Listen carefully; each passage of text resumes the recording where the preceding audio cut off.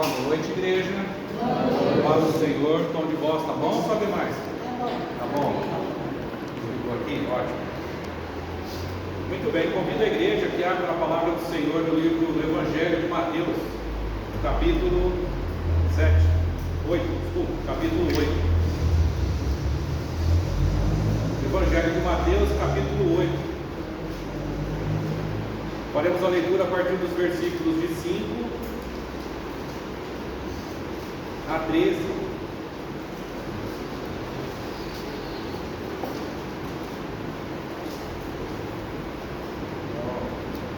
Evangelho de Mateus 8, 5 a 13.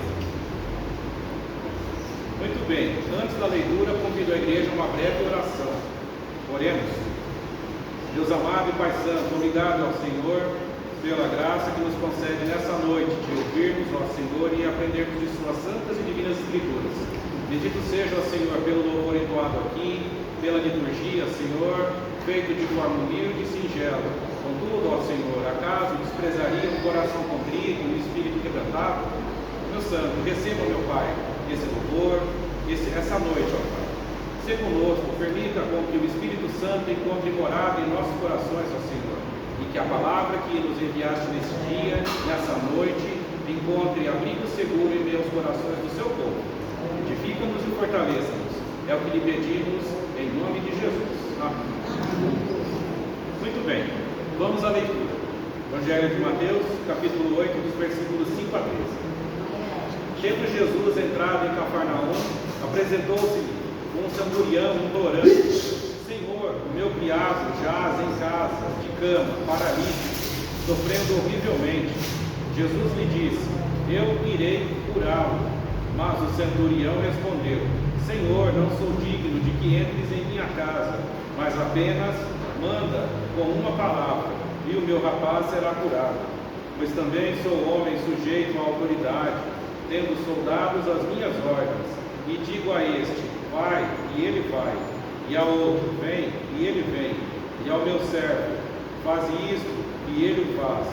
Ouvindo isto, admirou-se Jesus e disse aos que o seguiam: Em verdade vos afirmo que nem mesmo em Israel achei fé como esta.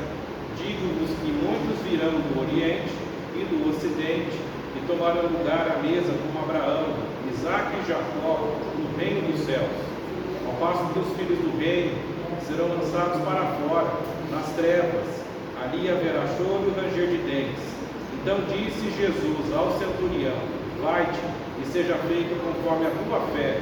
E naquela mesma hora o servo foi curado. Muito bem, vamos tentar entender um pouquinho a respeito do momento em que Jesus vivia na terra e durante o momento em seu ministério aqui desenvolvido. Esse período do capítulo 8 do livro de Mateus trata do início dos trabalhos de Jesus. Provavelmente esse centurião não tinha ciência de todos os milagres que Jesus viria a realizar, porque ele não havia realizado ainda. Um pouco antes, ele faz a cura de um leproso, nos versículos anteriores do capítulo 8. Ao final dessa cura, Jesus diz para o leproso manter discrição da cura. Então é muito provável que esse centurião soubesse apenas que Jesus era o mestre da lei e que tinha grande autoridade. Mas o que era um centurião? A turma da sala de casais sabe, mas vamos deixar a turma em paz. Um centurião era um oficial romano que liderava uma centúria, ou 100 homens, um regimento de 100 soldados. É daí do latim, na verdade se falava o grego na época, né? Mas a palavra 100 no nosso português é do latim, centúria também. Muito bem. Aparentemente essa cidade, Cafarnaum, era uma cidade importante para que o Império Romano colocasse um destacamento ali de 100 homens. Temos que entender também que quando Jesus vem à terra e se revela aos homens, na região da Judéia, a região da Judéia, ela estava sob dominação do Império Romano. Então os romanos eram os invasores. E obviamente, como todo invasor, os romanos eram odiados. porque os judeus, em toda a sua história, sempre tiveram um espírito de nacionalismo. Era um povo muito unido. Mas, nessa época não existia rei Davi e nem toda a glória de Salomão. E isso estava só na memória do povo. Já haviam se passado quase séculos, muitos séculos, e o povo de Israel havia sido dominado um pouco antes pelos gregos e nesse momento pelos romanos. Os romanos eram um povo implacável, revoltados. Então eles tratavam de dispersar o seu exército por toda a sua região de domínio, até aquele momento os romanos constituíram o maior império da terra.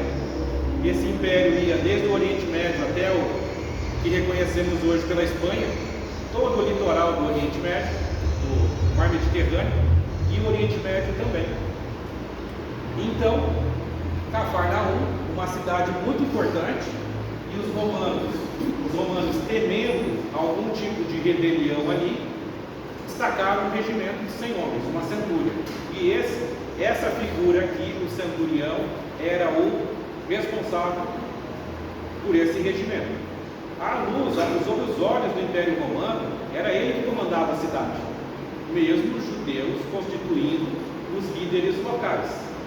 E não existia na época a figura do prefeito. Isso foi inventado depois. Quem liderava as cidades eram os anciãos, as pessoas mais velhas, os homens de maior experiência. Frequentemente aqueles que também lideravam uma sinagoga local, que era a igreja dos judeus. É muito interessante notar, não farei aqui, mas quem tiver interesse, faça a leitura do texto paralelo do Evangelho de Lucas, que trata da mesma história também, de forma um pouco mais detalhada.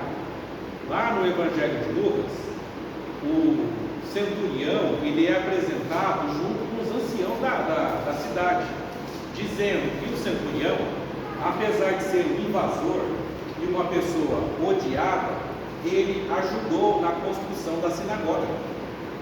Então, era um invasor que tinha um grande apreço pelos judeus, muita admiração pelos judeus.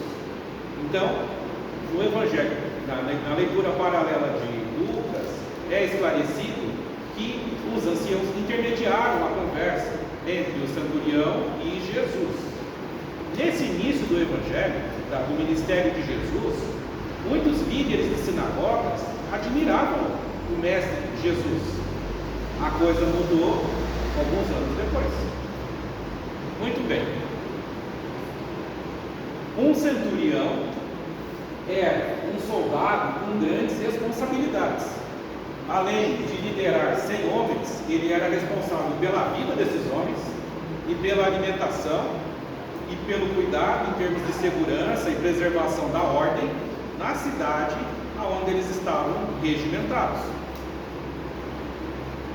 Mas quais seriam as outras qualidades, eu pergunto à igreja, que um centurião deveria ter para deixar de ser um soldado simples e ser um centurião? Quem sabe fala.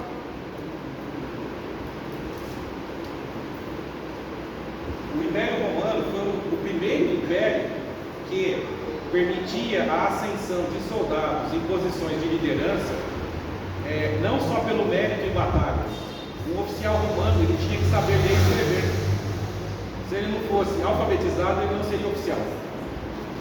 Por quê? Ele deveria fazer contas de quanto de carga de suprimento ele deveria levar para uma batalha. Ele deveria contar quantos inimigos existiam num cenário de batalha e quantos soldados ele deveria colocar em cada frente de batalha. Então todo oficial romano precisava saber matemática básica e saber ler e escrever.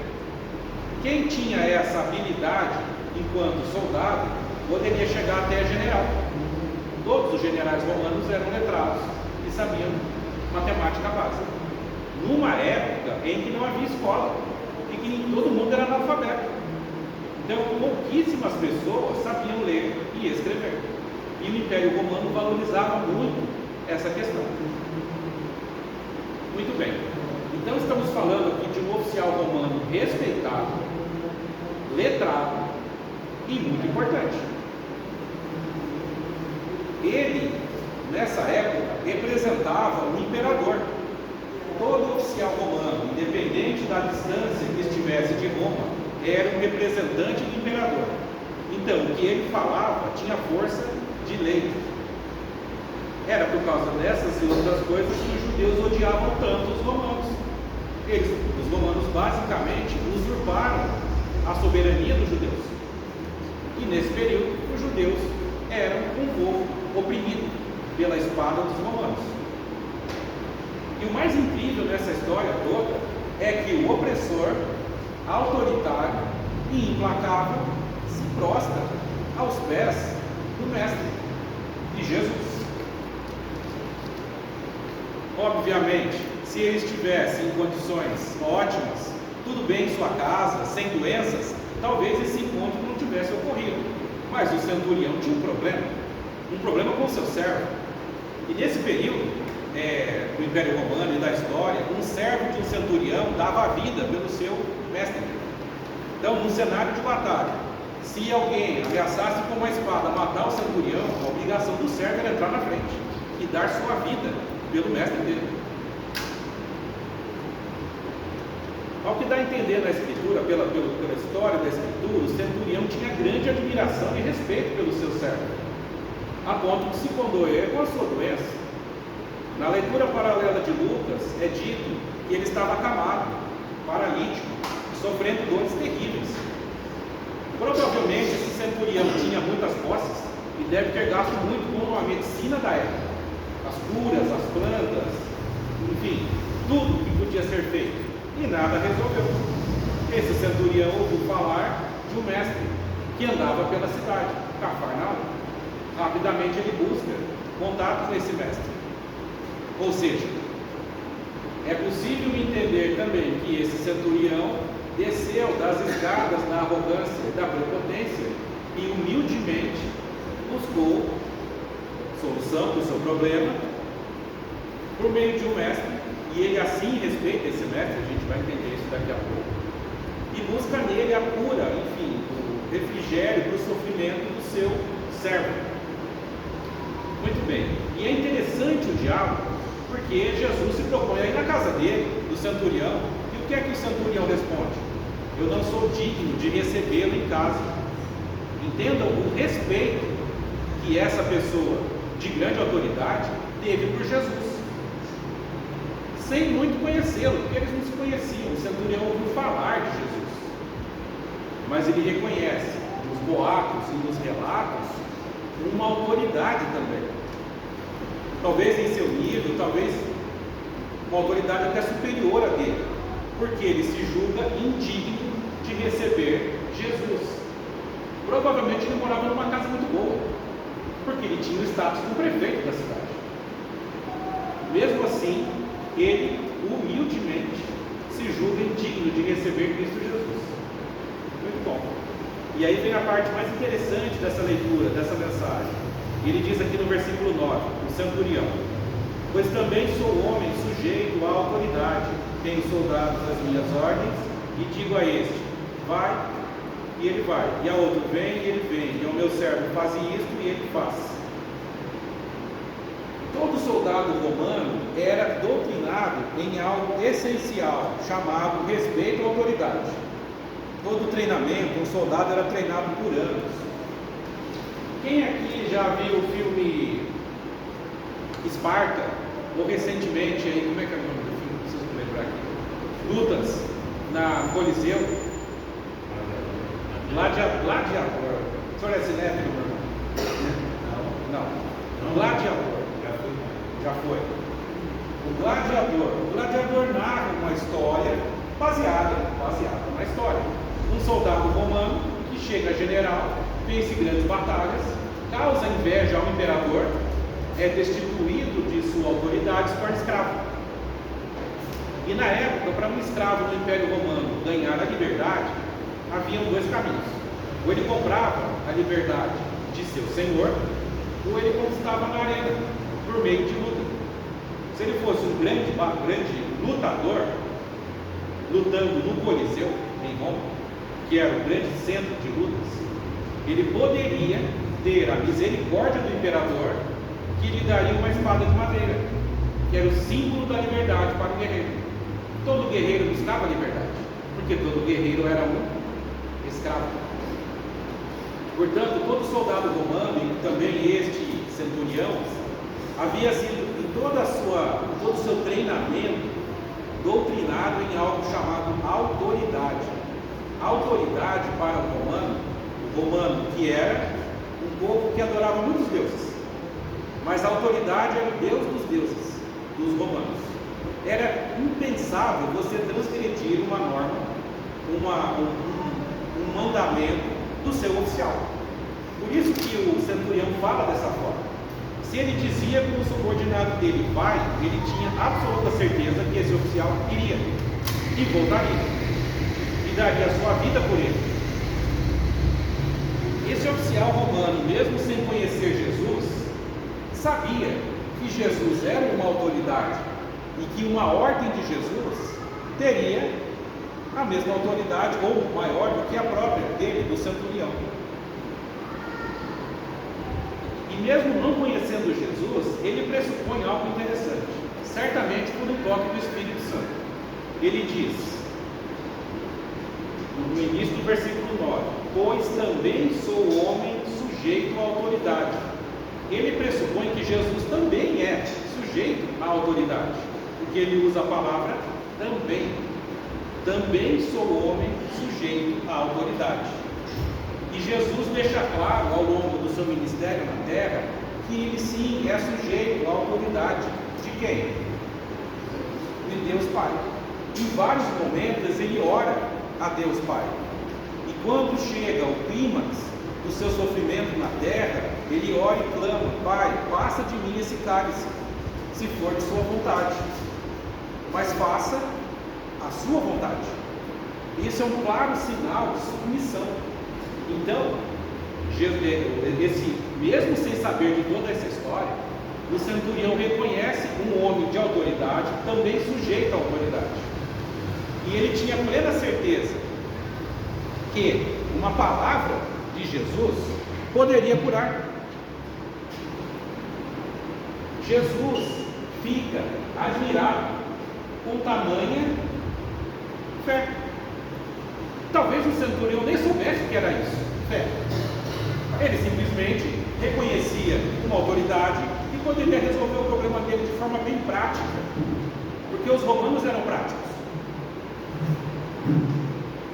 E Jesus reconhece naquele ato uma clara expressão de algo que cultivamos ou que devemos cultivar no coração, chamado fé.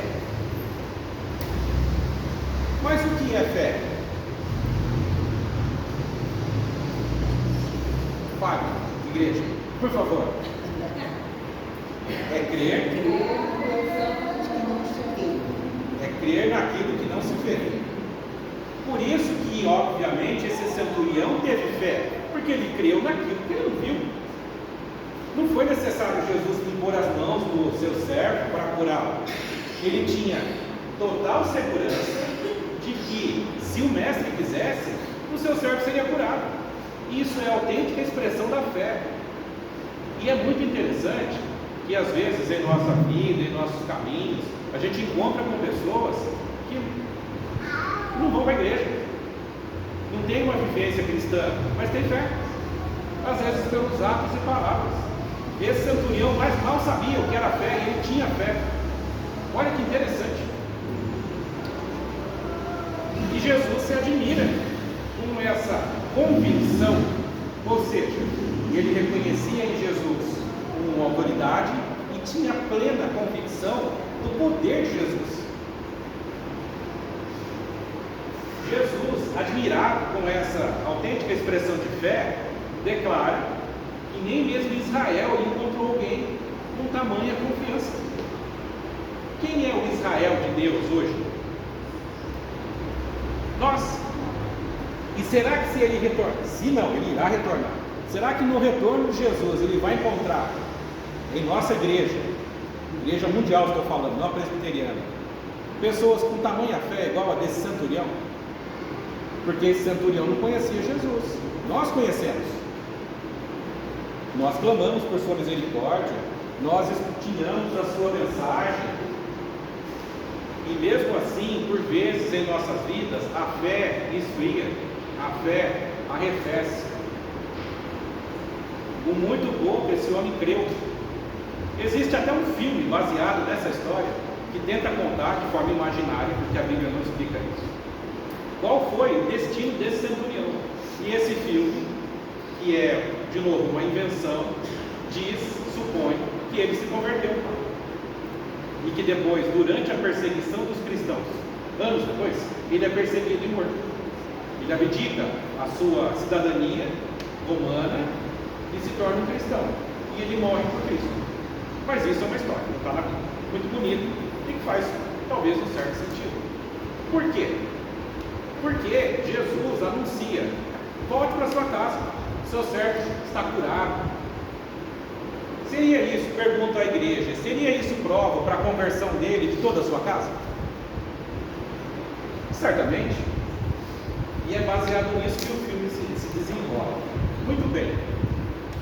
Será que existiu ao longo da Bíblia outros personagens, invasores, inimigos de Israel, e que também serviram a Deus?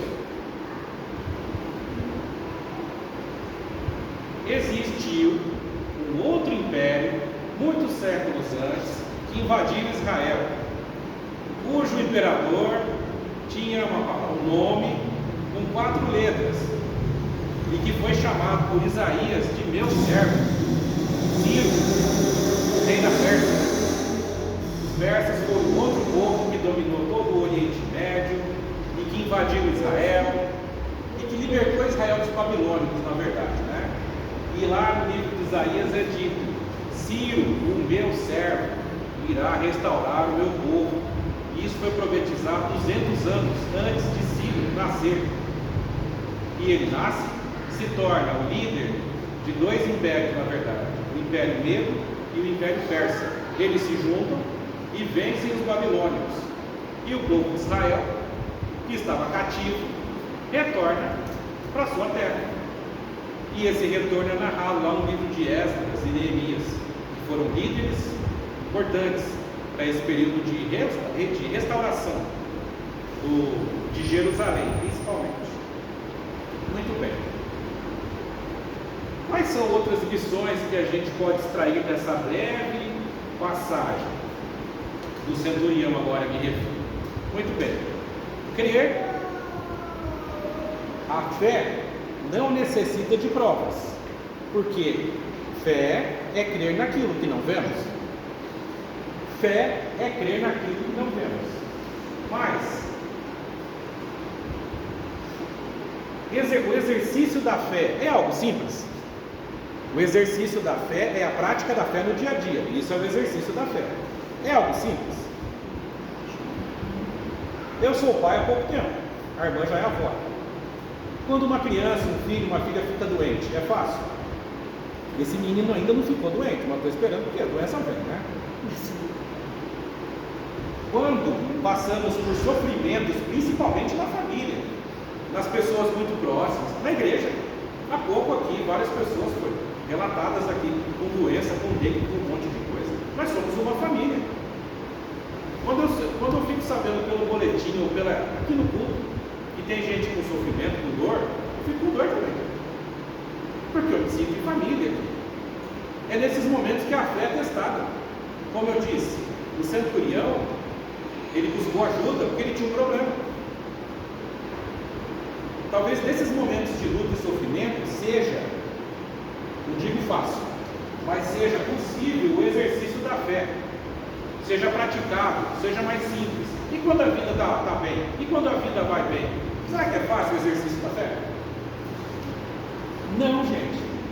Na prática, é muito difícil exercer a fé quando tudo vai bem. Porque quando tudo vai bem, eu preciso buscar. Se eu já tenho, por que eu preciso buscar? O exercício da fé, quando tudo vai bem, é muito difícil. E a gente ora tanto para que tudo na nossa vida vá bem. E quando tudo vai bem, o que a gente faz? despreza, a fé esfria, a gente abandona. Por quê? Porque isso, infelizmente, é algo inerente à carne. Nós somos assim. Não significa que temos que continuar a ser assim. Mas a ingratidão faz parte da essência da humanidade. A ingratidão. Cristo nos ensina a combater a carne. E a ingratidão é um elemento que tem que ser combatido de nosso interior. A Bíblia nos ensina que existem muitos atos que cometemos que são pecados. Mas o que é o pecado?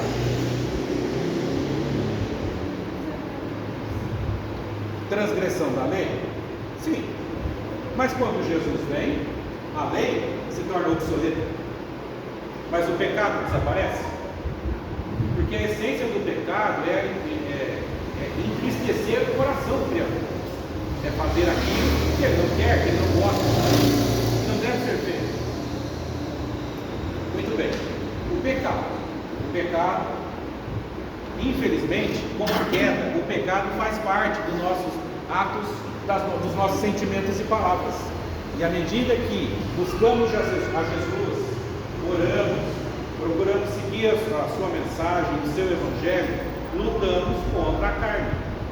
E é isso que tanto Paulo, o apóstolo Paulo, explora na carta lá aos Romanos. E a nossa luta é só contra a carne e sangue? Também existem os principados e as potestades. Existe todo o mundo espiritual à nossa volta, de demônios e anjos que também estão em batalha. Portanto, a nossa grande luta é contra a carne.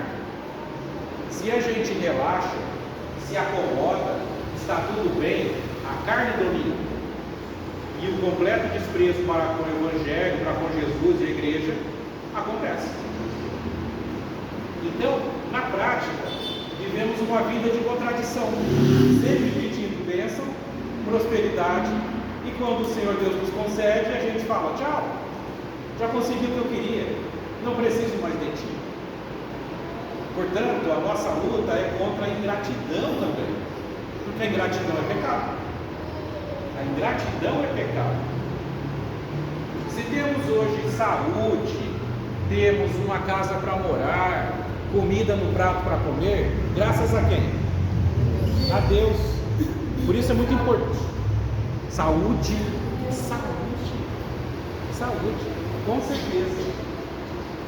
Temos que ter a clara noção dia a dia que tudo isso que nos é concedido não é nosso. Fazemos a mordomia de tudo isso. Deus está no controle e é dono de tudo, soberano e eterno Criador. Pois até a saúde que Ele nos dá é um bem precioso, é mordomia. Aí eu pergunto à igreja nesse momento: o centurião pediu a cura do seu servo, porque se a doença avançasse, esse servo ia morrer, ia ser recolhido, ia morrer. Mas eu pergunto: de todos os bens que o Senhor Deus nos concede por mordomia, qual o bem mais precioso? A joia mais preciosa, mais bela e brilhante? Podem falar. A saúde? A vida. A vida é o bem mais precioso. Por incrível que pareça, não somos donos nem de nossa vida, porque a vida é outorgada por Deus, ela é concedida, portanto é um privilégio, e quem concede é o proprietário. Tanto é que do pó fomos colhidos, constituídos vasos, no qual o Senhor derramou o seu Espírito e a vida. E quando a humanidade transgride a lei do paraíso, a morte é instituída.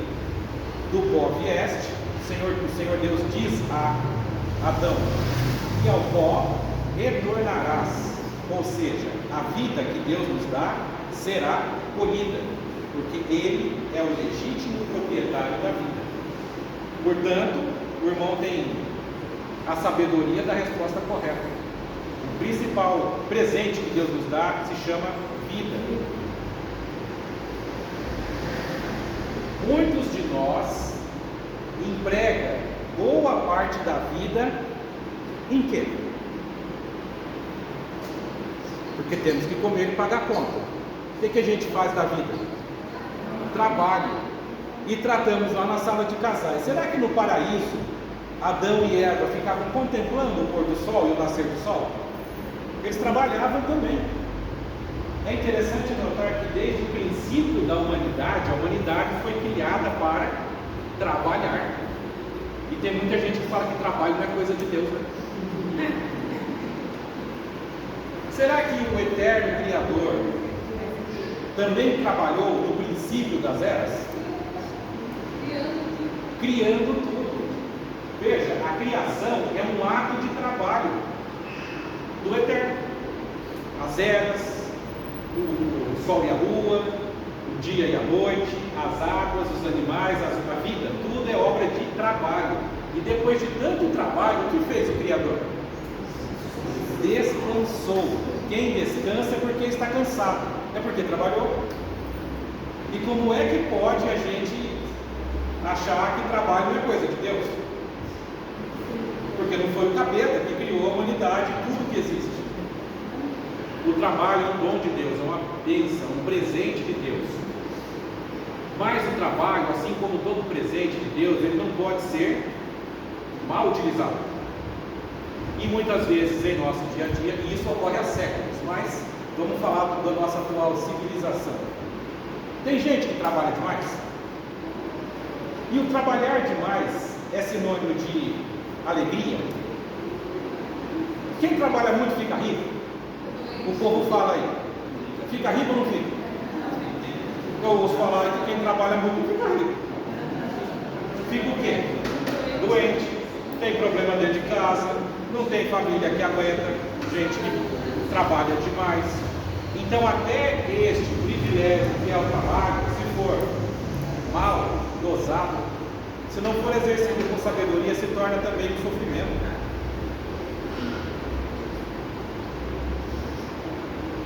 O livro de Eclesiastes trabalha muito essa questão de que tudo na terra é o quê? Vaidade. Vaidade. A palavra mais repetida no livro de Eclesiastes é vaidade. Tudo é vaidade. Muita vaidade debaixo do sol. É isso que conclui o sábio Salomão. Mas há uma exceção à regra da vaidade.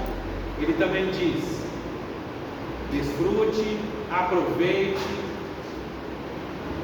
viva dos frutos do trabalho, porque os ganhos do trabalho é privilégio de Deus, e isso não é vaidade. O trabalho é um presente, e as consequências do trabalho, a renda, as férias, é um presente de Deus. A gente tem que aproveitar disso. Mas dá para viver de férias a vida toda? Eu ainda estou longe de aposentar, mas eu pergunto para os aposentados aqui: todo mundo parou de trabalhar? Trabalha mais? Trabalha mais. A gente frequentou a segunda igreja por muitos anos e havia uma irmã que passou por lá, ela até se foi. Ela era de Tirapina. Ela falava que o INSS da dona de casa era um cemitério. Você entregava a carteira, dava abaixo e ficava lá. Serviço de casa termina? Não tem fim. Tem começo, mas tem fim. Então, eu digo como homem, eu acho que a mulher dona de casa é a que mais trabalha. Muito mais. Porque o nosso expediente termina, você vai para casa. O serviço de casa não tem fim. Você limpa hoje, amanhã está sujo. Não tem fim. Muito bem. Jesus, portanto, nos dá uma importante lição: o exercício da fé sem provas. O autêntico exercício da fé, que foi o que o centurião fez, é crer naquilo que não vemos, ter plena confiança no poder do Todo-Poderoso e esperar nele. Esperar nele. Eu falo por mim, eu não tenho paciência. A irmã tem paciência? Quando eu vou no banco, vejo uma fila de 4 pessoas, já começo a me coçar. Não tenho paciência. Eu preciso exercer a paciência. A irmã é paciente?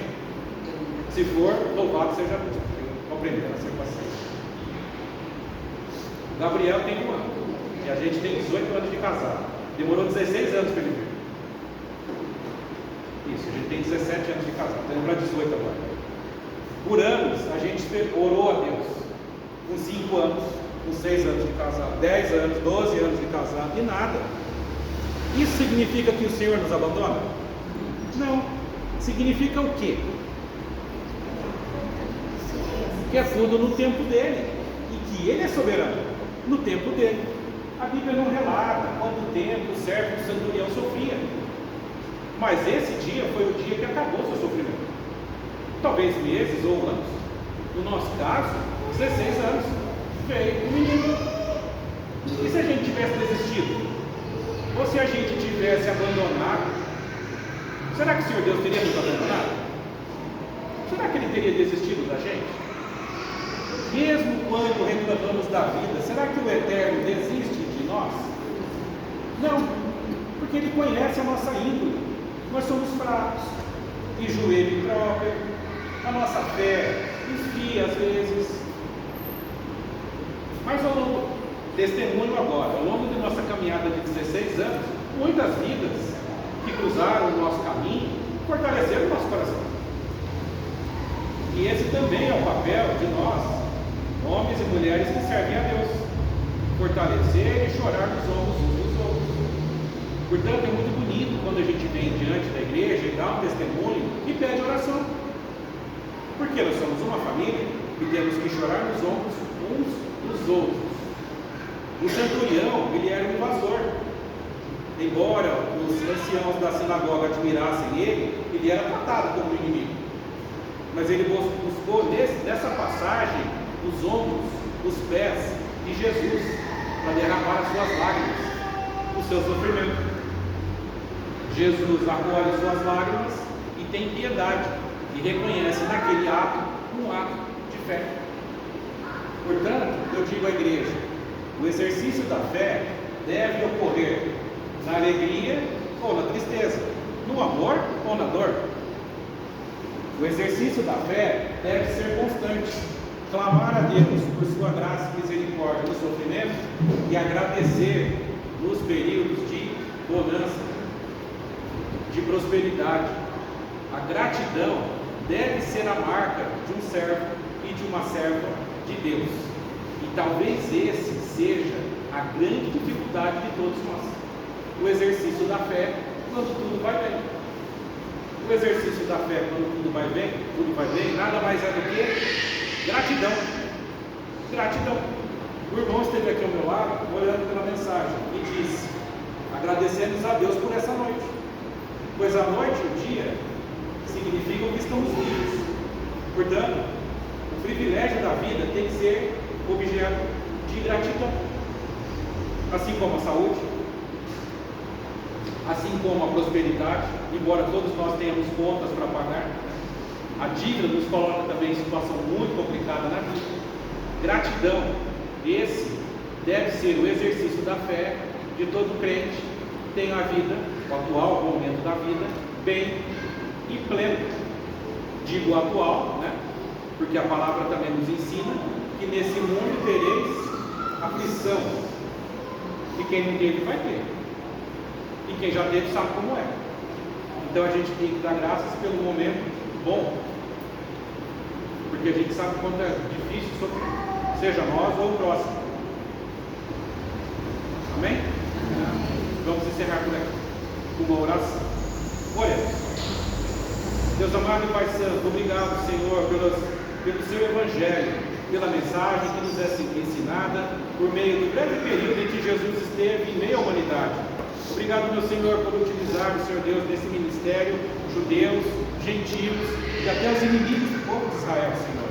É certo, meu Pai, que Tu criaste todos os seres da terra, e o Senhor escolhe, meu Pai, em quem colocará a semente da fé. Nessa mensagem, Senhor, colocaste no coração de um centurião, Senhor Deus, que serviu de testemunho até para os judeus, convictos de que estavam salvos por meio do seio de Abraão, por meio da descendência de Abraão. Jesus Cristo veio à terra, Senhor Deus, e nos ensinaste que salvo é aquele que segue a sua mensagem, que anda em seus caminhos e que se prostra aos seus pés. Quem sabe o Senhor de centurião, por meio desse ato de misericórdia, teve o coração e sua casa convertida e passou a andar aos seus pés. Meu Senhor, que esse exemplo permeie nossa mente, nosso coração, transforme as nossas vidas. Meu Senhor, ensina-nos a andar em Tua presença, principalmente nos momentos de alegria e de prosperidade. Aparta, Senhor, de nossas vidas o espírito de ingratidão. Trata, Senhor, de nossa carne. Faça-nos pessoas tementes e gratas por Sua providência, muitas das quais vemos e outras que nem vemos ou sabemos, pois são inúmeros os livramentos que Tu nos concedes. Deus amado, nos prostramos aos Seus pés. Clamamos por uma semana abençoada. Usa, Senhor Deus, a nossa vida em prol do Seu povo, em prol do Seu reino. É o que lhe clamamos, em nome do Senhor Jesus. Amém. Amém.